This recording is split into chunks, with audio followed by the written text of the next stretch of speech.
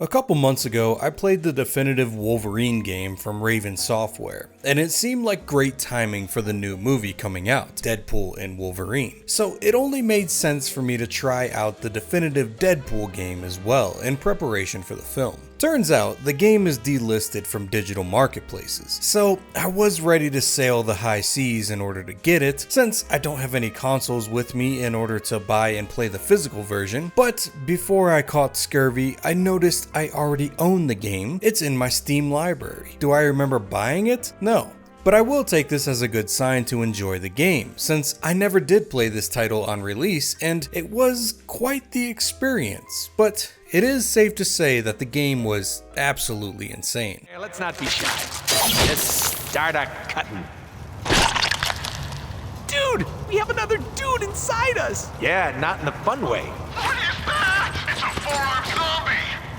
Don't there be zombies down here? Kill it. Deadpool was released in 2013 from developers High Moon Studios, creators of the awesome Western shooter Darkwatch, and publisher Activision, who, well, you know who Activision is. Playing both the Wolverine and Deadpool games in anticipation for the movie coming out actually makes a lot of sense, as the games are very reminiscent of each other. Deadpool is actually incredibly similar to the Wolverine game that released 4 years prior. Both are Marvel characters with regenerative healing, and the gameplay in each game focuses on hack and slash level based romps, with different ways to upgrade each character, a way to get around the map with Deadpool's teleport belt and Wolverine's lunge, and action set pieces and level designs that aren't too dissimilar. Each character is also featured in each other's game. In X-Men Origins Wolverine, Deadpool makes an appearance as the abomination that was what Fox tried to do with the Merc with the mouth. And Wolverine makes a few appearances in the Deadpool game, although he is much more the comic book version rather than the movie's Hugh Jackman. The game is written by Daniel Way, the guy responsible for the Wolverine Origins comics and quite a few Deadpool comics as well. But unfortunately, Way's Deadpool took the goofiness of the character and cranked it up to 11, leaving behind any of the nuance that made Deadpool such a great character, who used dark humor to hide his personal battles, and he left him as a constant comedian with fourth wall breaks and one-liners. And double unfortunately, this is the Deadpool that we get in the game as well. This party is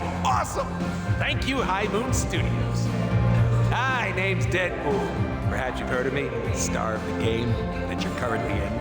Many attribute Way's alteration of the character to have ruined Deadpool, because his comics washed out the character, and this game kinda doubled down on it. And then we got the Ryan Reynolds movies, which lean hard into the influence from Way's writings as well. But I will admit, Reynolds brought back some of the deeper emotions of Wade Wilson, even if it was superficial and glossed over. I also can't hate on the movies too much. Deadpool reshaped the way that Hollywood looks at comic book movies. It made them see that rated R isn't a death sentence. In fact, it's usually more appropriate given how comic books aren't always just made for kids. However, I'm not the biggest Deadpool comic aficionado, and I appreciate the fans that feel wronged about the character's change in direction, but I would be lying if I said I did not enjoy the Deadpool movies. I think Ryan Reynolds does a great job. Another friend request from Ryan? Doesn't this guy ever get the hint? The game in its entirety is explained to the player by Deadpool in fourth wall exposition, going as far as to have Deadpool call up High Moon Studios in order to get the game made, as well as calling Nolan North to voice the character of Deadpool. Yeah, well, fuck you, Nolan. He gets the script of the game delivered to his apartment and immediately starts making edits to it with red crayon. The resulting plot of the game is, to no surprise, rather convoluted and shallow, but essentially, the evil Mr. Sinister is plotting to take over the world with clones of himself and raising up dead mutants from the grave in order to steal their powers. And Deadpool goes all over the world to try to take him down, mostly killing clones of him that he thinks are the real Sinister, until Cable shows up from the future to tell him that it was just another clone. Wade, that wasn't... Seriously, roll credits. We're done here. And in addition to Cable, we also see a handful of other X-Men associated cameos, most notably the furry angry man himself. No goddamn way. If you're looking for a deep plot here, you're in the wrong spot. This game simply has a bad guy to keep chasing for the sole purpose of having Deadpool drop a bunch of punchlines non-stop. There really is no deep plot here. I'm not even going to go into it for the video. If you want to play the game, you should. It is a lot of fun, but don't expect anything from the plot. Much like the game, the development of this title was taken over by Deadpool, with High Moon going full tilt with the idea that Deadpool himself was in charge of making the game, with High Moon lead Peter Pena at a press conference saying, "We weren't actually planning on making a Deadpool game, but Deadpool came by the studio one day and said he was taking over, and that if I didn't hire Marvel writer Daniel Way pronto and make the most amazing Deadpool video game, he'd break both of our arms and beat us to death with them." I have kids, so we're making the game. A teaser for the game was first released at San Diego Comic-Con in 2012, the perfect audience to reveal the game to,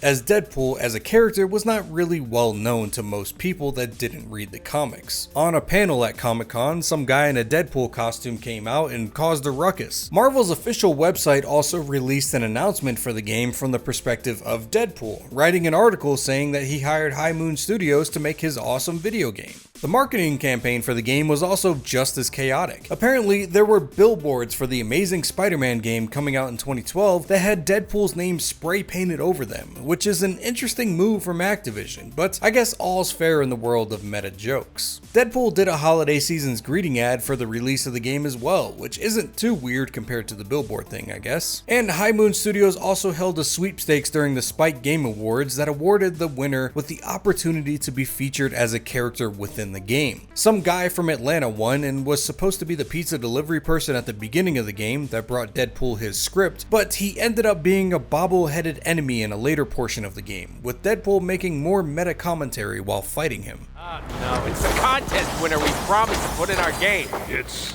hideous. You were supposed to be the pizza delivery guy from my apartment in level 1!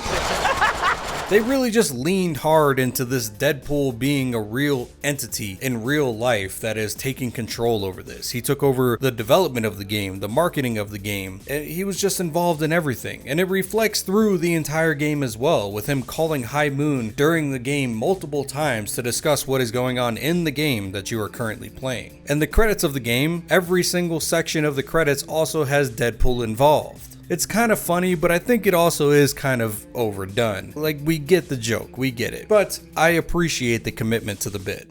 I love when companies do off-the-wall ad campaigns for games. I always think back to the insane things that EA did with Dante's Inferno, and I think Activision did a great job here with Deadpool, but it seems that they may have gone a bit overboard. There are some reports out there that this game racked up a massive budget of $100 million. $100 million. That is an insane amount of money that I flat out refuse to believe is true. High Moon is not some massive game studio, and Deadpool is a C-tier comic book character at best at this time. Deadpool spends the beginning of the game making jokes about the game's budget and running out of money while having the game glitch out and stuff, and I think the idea that the budget was some insane amount was formed from these jokes, and not the actual dollar amount. But who knows? I don't think there was any official statement from Activision on this budget amount. There's also a call from Peter Pena at High Moon to Deadpool at the end of the game saying that the game didn't actually go over budget. So I think it was all jokes from the beginning, just some more meta commentary from within the game.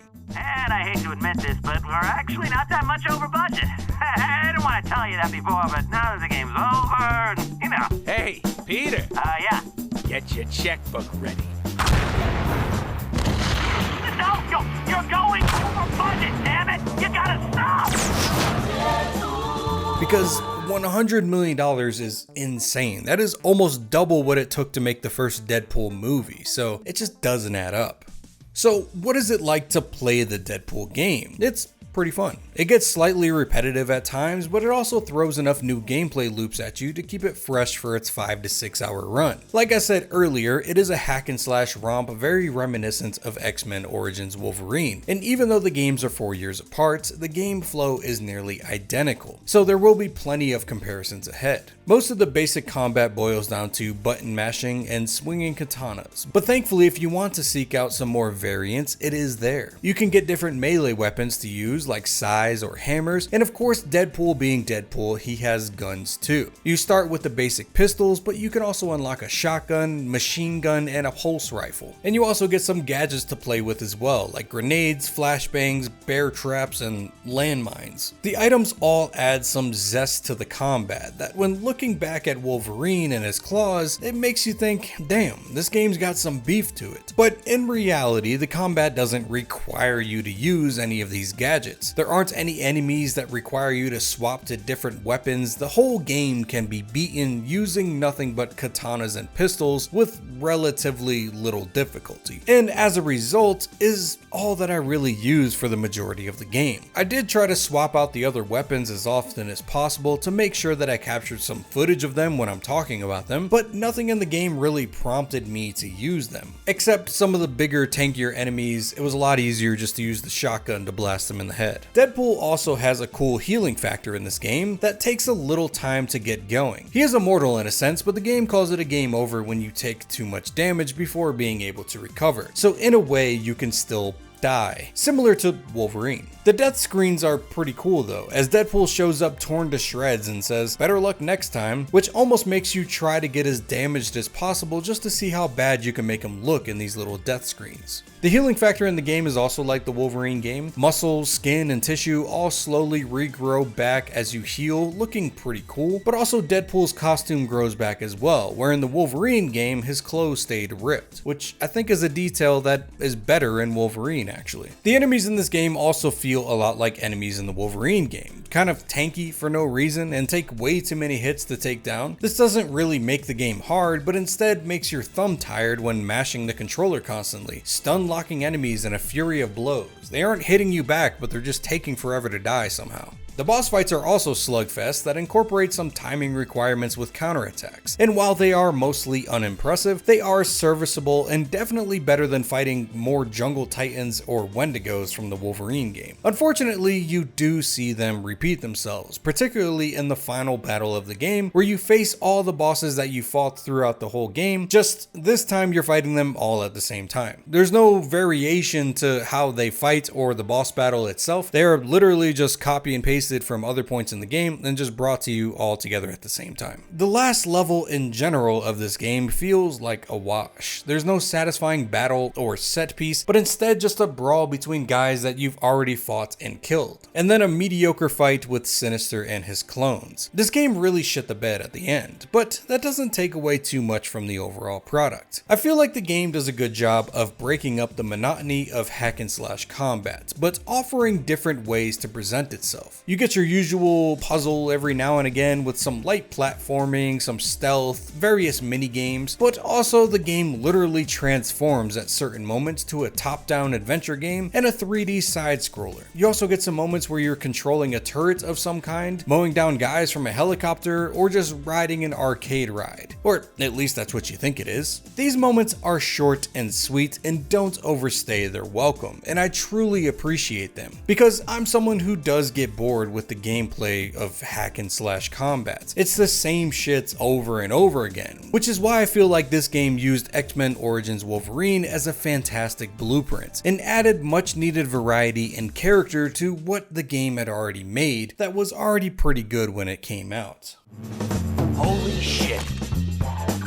That was awesome! Deadpool was released to pretty mixed reviews. It wasn't a terribly bad game, but it was sort of a forgettable game in a sea of games that were pushing the envelope inside gaming. The gameplay was always a stale point in reviews, and the cringe dialogue from Deadpool the whole time was hit or miss, depending on the reviewer's tolerance for edgy jokes. Unfortunately, even though the game wasn't reviewed too well, it didn't really matter. Activision lost the license for Deadpool in 2014. 1 year after this game's release, removing it from all digital storefronts. And this is probably due to 20th Century Fox picking up the IP in order to make the movie. So with it only being on shelves for 1 year, it's no surprise that the game didn't really sell well. It was temporarily re-released on Steam and other platforms in 2015 in anticipation for the movie's release, and the hype from the movie probably did drive up sales a little bit, but it was quickly taken down again, and for good, in 2017.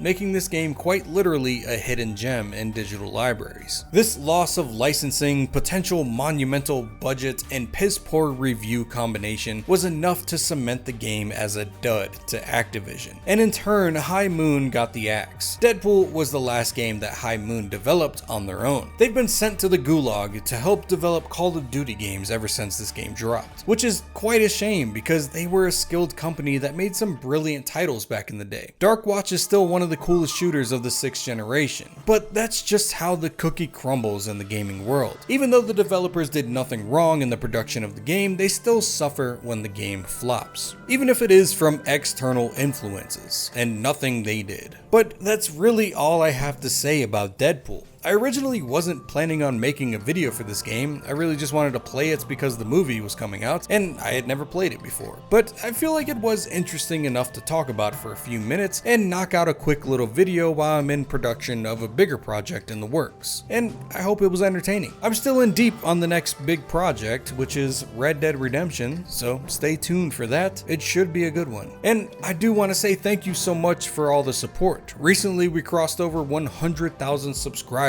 And that still doesn't feel quite real to me. That is an insane number and you guys are amazing. But before I head out, I do want to give a special shout out to my YouTube members and my supporters on Patreon. Doc Schwinn, Kid Kingpin, Snowflake, Zachary Parkerson, Not Much, Anonymous Starkweather, Crash Bandicoot 25, Ben Stevens, Potty, Yay Man, Alfred Correa, Kenneth Butler, Ethan Carpenter, Matthew Taylor, Scribe Slendy, Nick the Brosa, Nico Mendez, Dylan Klink, Frankie Hammer, Peanutso Holland, Grizzly Wizzly, Sexy Pickles, Shotgun Minister, Forge'em Nas, and AC. As always, thank you for watching. I hope to see you next time. Peace.